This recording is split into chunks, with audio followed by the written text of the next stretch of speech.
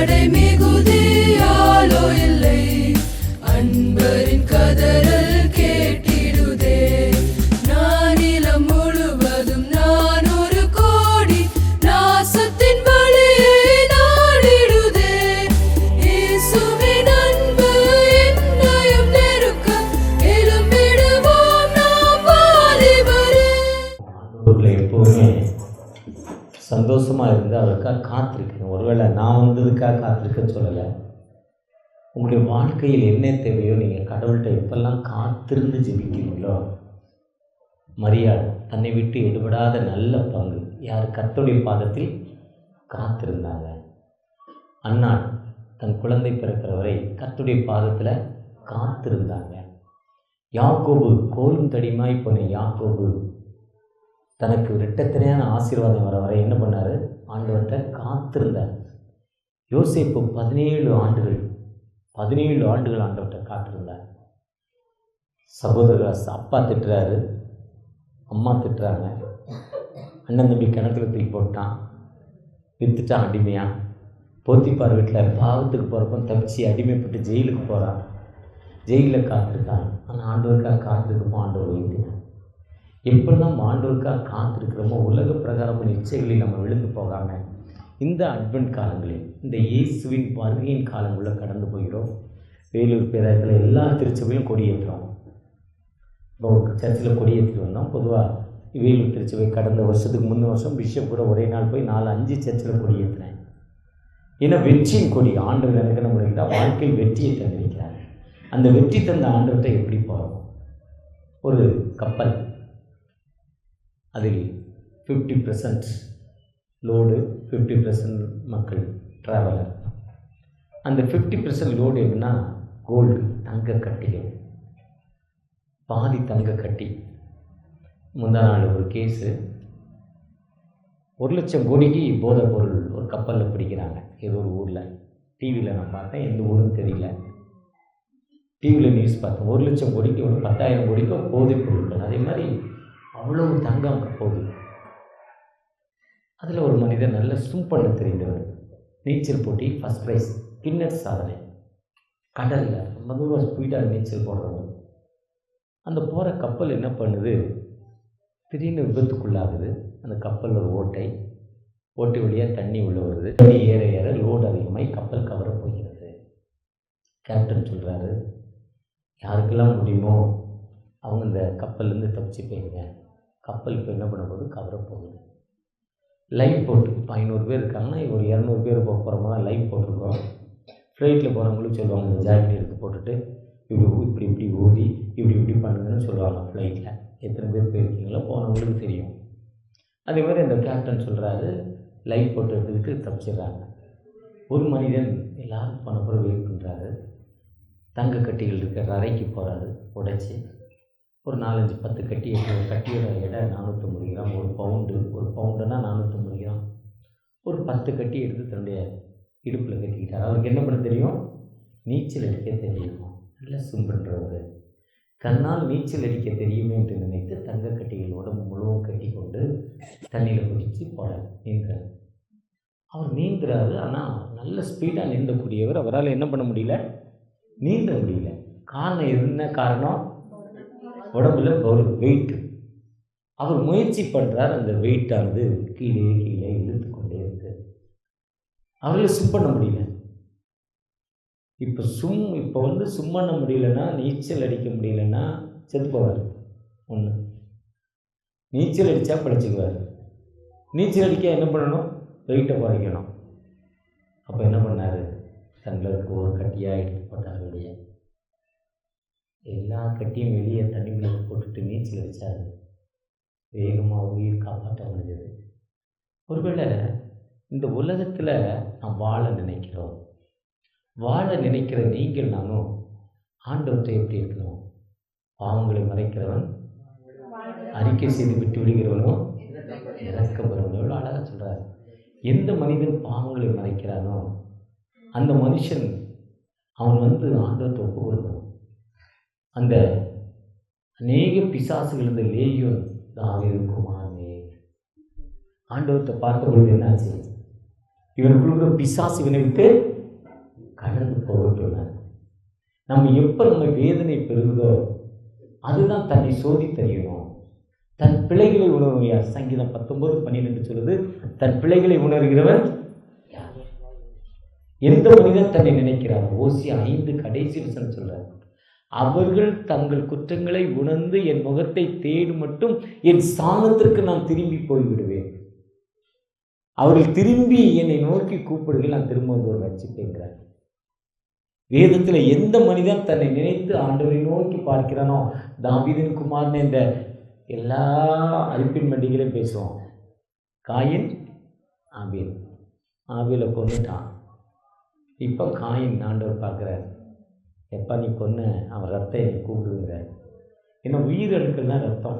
லேவியராகம் 17:11 சொல்கிறார், உயிரணுக்கள் ரத்தம். அந்த ரத்தம் ஓட்டை நின்று போச்சுன்னா மனுஷன் செத்து போவான். அந்த உயிரணுக்கள் அவரை நோக்கி கூப்பிடுது. என்னப்பா நானா அவனுக்கு என்ன பண்ணுவேன்? இப்போ நீங்கள் பார்த்துட்டீங்க, இந்த உலகத்து மனுஷங்களை என்னையை பார்த்து கொண்டு போட்டுருவான். தன்னை அண்ணனை கொண்டான், தம்பியை கொண்டான்ங்கிறப்ப அவனுக்கு ஒரு அடையாளத்தை கொடுக்குறாரு. அதுதான் ரட்சிப்பின் அடையாளம். உன்னை அவன் மேலே எவனும் கைப்பட மாட்டான். ஆண்டவர்கிட்ட தன்னை ஒப்பு கொடுக்குறான். எந்த மனிதன் தன்னை ஆண்டவர்கிட்ட ஒப்பு கொடுக்குறோமோ அது விடுதலை. அதுதான் சுவிசேஷம். அநேகருடைய பாவங்களை மீட்டு ரட்சிக்கும்படி.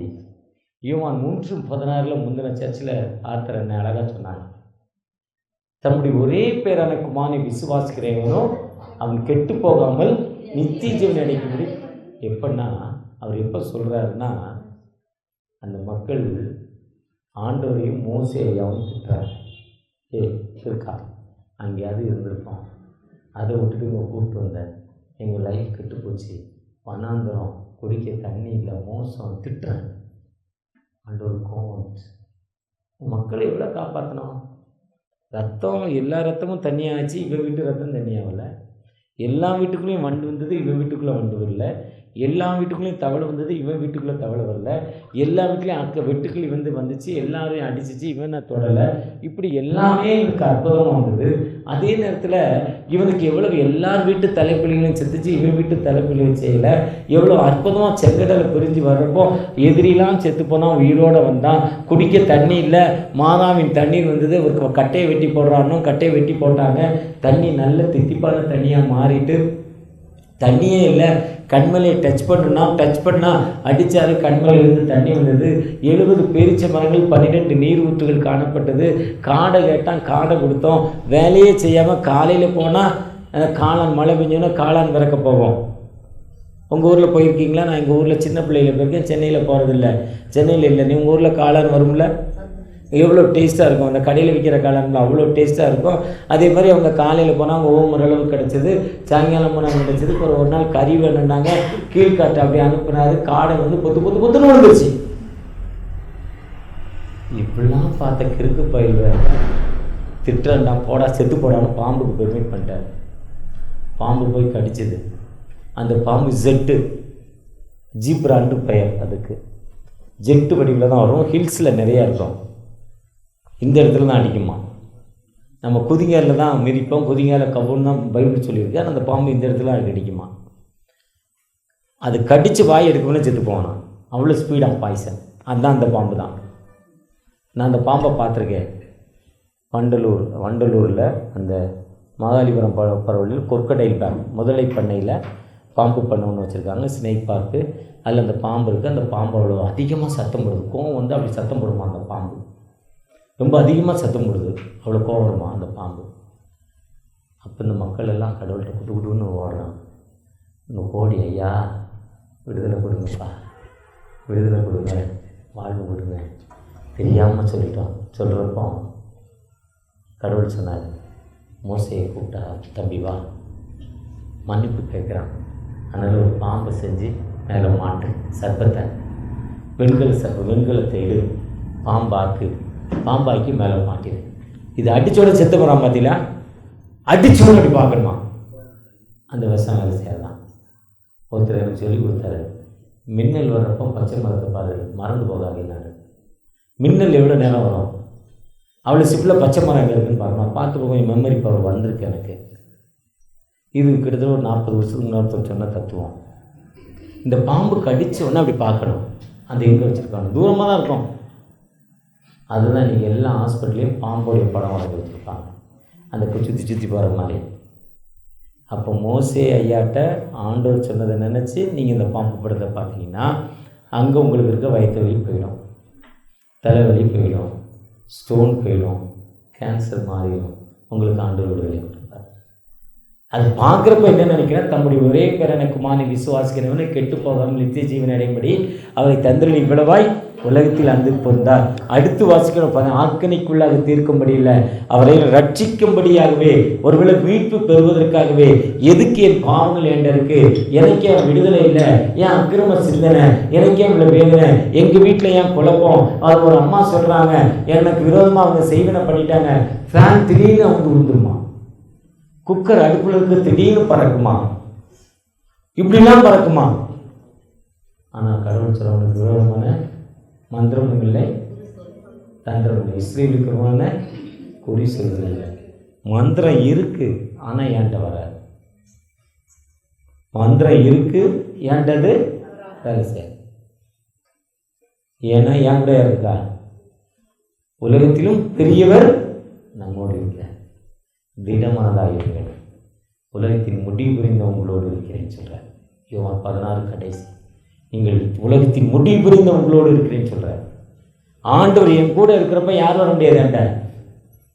எனக்கு எங்கள் குடும்பத்தில் வளர்ச்சியை பார்த்து பல வருஷங்களுக்கு முன்னால் மந்திரம் செய்வாங்களாம், செஞ்சுருக்காங்க. எங்கள் வீடு ஒரு சின்ன வீடு, 600 சதுரடி. 600 சதுரடியில் வீடு, ரோடு ஓரமாக ஜன்னல். அந்த ஜன்னல் நாங்கள் கட்டுறப்போ ஆள் உயரத்துக்கு, அவ்வளோ உயரத்துக்குள்ளே வச்ச ஜன்னல். இப்போ தரையோடு இருக்குது, அந்தளவுக்கு ரோடு உயர்ந்துச்சு. நான் சொல்கிறது அவ்வளோ வருஷத்துக்கு முன்னால். வெள்ளிக்கிழமைனா முட்டை ஓடு, எலுமிச்சம்பழம், முடி, இப்படிலாம் போட்டு போவான். ஆனால் எவன் செஞ்சானோ, யார் செஞ்சாங்களோ, எங்களுக்கு விரோதமாக பேசுகிறவங்களாம் அந்த உலகத்தில் இல்லை. ஆண்டவர் எங்களுக்கு வாழ்வு கொடுக்கிறார். அந்த ஆண்டவர் நம்மை ஒரு காலம் கைவிட மாட்டார். ஒரு ஃப்ளைட்டு போய்கிட்டு இருக்கு, கொள்ளையர்கள் ஏறிட்டாங்க.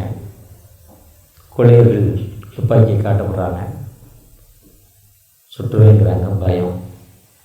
அப்படி ஃப்ளைட்டே நடுங்கி போயிருக்கு, வானத்தில் பறந்துட்டுருக்கு, எந்த உதவியும் தெரியாது. அவங்க திடீர்னு அப்படி ஆனவுடனே எல்லோரும் பயப்படுறாங்க, என்ன நடக்குன்னு தெரியல. இப்போ போன மாதத்தில் ஒரு ஃப்ளைட்டை கிட்டத்தட்ட 1 வாரம் மறைச்சி வச்சுருந்தாங்க. வேறு ஊரில் கொண்டு இறங்கி அவங்க கட்டுப்பாட்டில் 1 வாரம் வச்சுருந்தாங்க. ஒன் வீக் ரொம்ப அமைதியாக பேசி அவங்க கேட்ட கோரிக்கை நிறைவேற்றி அந்த மக்களை மீட்டாங்க. இது போன வாரத்தில் நடந்த ஒரு சம்பவம். அப்போ அதில் ஒரு குழந்தை மட்டும் கவலையே படலை, விளையாண்டுக்கிட்டே இருக்குது. எதுக்குமே கவலைப்பட்டாங்க, அது விளையாண்டுக்கிட்டே இருக்குது. ஏன்னா அந்த குழந்தைக்கு அந்த கொள்ளையர்கள் யாருன்னு தெரியாது. இதே மாதிரி தான் ஆண்டோடைய கையில் நீங்களும் யார் குழந்தைகள். நம்ம இந்த உலகத்தை கவலைப்படாதே, திகையாதே. நாம் இந்த நேற்று காலையில் எனக்கு யாக்கோபு 43:1-5 வாசித்தேன். ஏன் நீ ஒரி பண்ணுற, நீ ஒரி பண்ணுவதால் நீ என்ன செய்வ. முந்த நாள் எசேக்கியேல் 20:37-38 வாசித்தேன். உங்களை கோலு கீழே கொண்டு வந்துட்டேன், கோலு கீழே உங்களை கொண்டு வந்துட்டேன். நான் உங்களுக்கு விரோதமான மக்களை வெளியே கொண்டு வந்திருக்கேன். அவங்க என்னுடைய தேசத்துக்குள்ளே வர முடியாது, நான் உன்னோடு இருக்கிறேன்னு எனக்கு ஒரு தகவல் கொடுத்தார் ஆண்டவர். இப்படிப்பட்ட ஆண்டவற்றை நீங்கள் நானும் நம்மை ஆண்டவற்றை என்ன செய்யணும்னா நம்மை தாழ்த்தி ஒப்பு கொடுக்கணும். எப்படி நம்மை தாழ்த்தி ஒப்பு கொடுக்கணும்னா, நான் உங்களுக்காக பேசணும்னு நினைக்கிறப்போ மாம்சத்தின் இச்சைகள், இயேசு கிறிஸ்து லூக்கா 12 பேசுகிறப்போ பொருளாசை குறித்து நீங்கள் பத்திரமா இருங்க. ஒரு மனிதன் கேட்குறான், ஐயா என் சகோதரன் சொத்துக்களை ஏமாற்றி வாங்கிட்டான், என்ன செய்யலாம். கடவுள் சொல்கிறாங்க, நான் உனக்கு என்னை நியாயாதிபதியாகவும் அதிபதியும் ஜட்ஜி, உனக்கு ரூலராக உன்னை யார் என்னை அனுப்புனான். இதெல்லாம் இல்லை, சகோதரனை ஒற்றுமையாக போங்கப்பா, நீ வச்சுக்கோ விட்டுட்டு போ, உனக்கு கடவுள் தருவார். பொருளாசை குறித்து நீங்கள் என்ன பண்ணணும், எச்சரிக்கையாக இருங்கள். யோவான் 1:14 சொல்ல மாம்சத்தின் இச்சைகள் வேண்டாம் உனக்கு. நீதிமொழிகள் 1:19 சொல்கிறாரு, பொருளாசை வேண்டாம் உங்களுக்கு. பிரசங்கி 2 கடைசியில் சொல்கிறாரு, நீ சேர்த்து வைப்ப துன்மார்க்கன் அது நீதிமான் சாப்பிடுவான். நீ துன்மார்க்கமாக சேர்த்து வச்சதை யார் சாப்பிடுவான்? நீதிமான் சாப்பிடுவான். பொதுவாக உலக பிரகாரமாய் நம்ம ஆண்டவர்கிட்ட இந்த குழந்தை கப்பலில் அந்த ஃப்ளைட்டில் எப்படி கவலைப்படாமல் தன்னை ஒப்பு கொடுத்து விளையாண்டு கொண்டே இருந்ததோ, இதே மாதிரி நமக்கு நியமித்திற்கு ஓட்டத்தில் நம்ம என்ன பண்ணணும்? பொறுமையோடு ஓடிக்கொண்டே இருக்கணும்.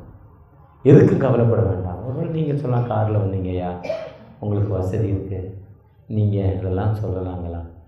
ஒரு விரலுக்கு தந்தது வீக்கம், விரலுக்கு தந்தது எனக்கு எவ்வளோ கவலை இருக்குன்னு உங்களுக்கு தெரியுமா? தெரியும். அவன் வசதிக்கு தந்தது வீக்கம் இருக்குது. அவன் எவ்வளோ வசதி, இப்போ பாபையருக்கு 35,000 சம்பளம்னா 42,000 செலவு இருக்குது.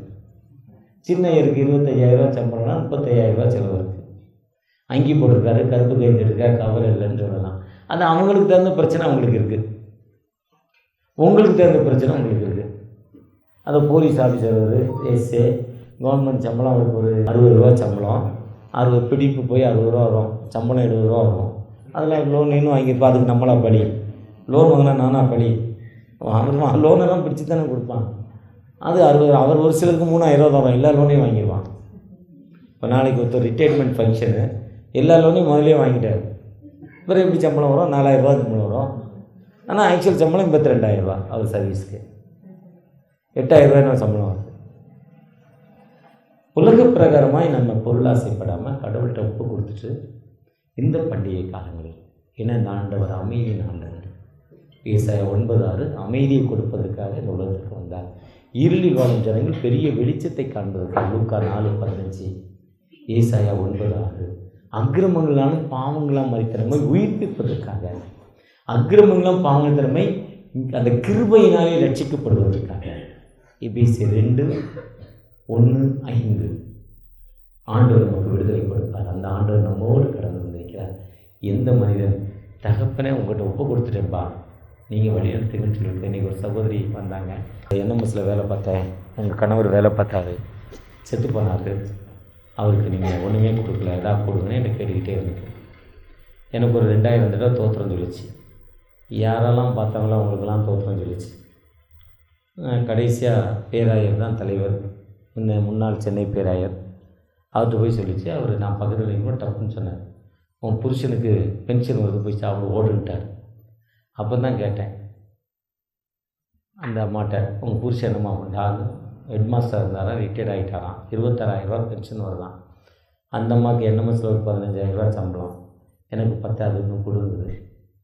பேசிக்கிட்டே இருப்போம். அங்கே ஒரு செக்யூரிட்டி வர்றாரு, பக்கத்தில் செக்யூரிட்டி வந்தார், ஒரு வயசான ஆள்.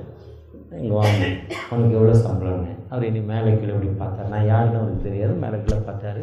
இருந்தாலும் கேட்டதால், ஐயா 9,500 ரூபா. எத்தனை பிள்ளைங்க? நான் 3 பிள்ளைங்க. ஒய்ஃபுக்கு வருமா? இல்லை, 9,500 ரூபா வாழ்கிறாருல, உனக்கு ஏன் 35,000 ரூபா காணலன்னு. அது எனக்கு பத்தலை, நீங்கள் அதுக்கு நம்ம என்னங்க பண்ண முடியும்? நம்ம என்ன பண்ண முடியும்? இப்போ அந்த வேலூர் பிஷப் இருக்காரு, அண்ணே சாப்பிட்டியான்னு கேட்பேன். நான் அது ஒரு கையேந்தி போனே சாப்பிட்டேன், 50 காசு இட்லிம்பார். அந்த இட்லி A to B 15 ரூபா. அது நான் கொழுத்து போய் சாப்பிட்றோம், அதுக்கு அவர் என்ன பண்ணுவார்? அவ்வளோதானே. விரலுக்கு தந்தினது வைக்கும். பொருளாசை மட்டும் இருக்க வேண்டாம். தகப்பட்ட நம்ம ஒப்பு கொடுத்து இந்த பண்டிகை காலங்களில் ஆண்டவர்கிட்ட ஒப்பு கொடுத்து போங்க. என்ன உங்கள்கிட்ட இருக்கோ போதுங்கிற மனதோடு பொருள் செயலுக்கு மருந்து, கோருங்கிற மனதோடு தகுதியின் காலத்தில் அவர் நேர்த்தியாய் செய்திருக்கிறார். அளவு காலம் உண்டு, துக்கி கிக்க ஒரு பிரசங்கி 3ஆம் அதிகாரத்தில் சொல்கிறார். அதே மாதிரி ஆண்டவர்கிட்ட தகப்பண்ட எனக்கு விடுதலை கொடுங்க, என்னை ஆசீர்வதிங்க என்று அவர் நோக்கி பார்ப்பப்போ ஆண்டவர் நிச்சயமாக ஒரு விடுதலை கொடுக்குமான். ஒரு நோக்கத்தோடு உங்களுடைய பாதத்தில் நான் பல மணி நேரம் காத்திருக்கப்பா. உங்களுடைய வார்த்தை எங்களுக்கு ஆறுதலான வார்த்தையால், ஒரு விடுதலை வார்த்தையால், ஒரு மீட்பின் வார்த்தையை எங்களுக்கு மாற்றித்தாங்கப்பா. என் கண்களில் ஒரு விதமான ஊரில் இருக்குப்பா, அதுலேருந்து எனக்கு விடுதலை இல்லை. பயிர் வலின்னு டாக்டர்கிட்ட போனேன், அது கட்டி இருக்குது, நீர் கட்டிகள் இருக்குது எனக்கு சொல்கிறாங்க. நான் என்ன செய்வது? ஏழைப்பா, எனக்கு ஒரு விடுதலை தாங்க. சுவாசம் விடுறதில்ல, இந்த கிளைமேட் எனக்கு மூச்சு வாங்குது, குளிர்காலம், எனக்கு ஒரு விடுதலை இல்லை. ஏக்கத்தோடு ஜெபிக்கிறது பிள்ளைகளுக்காக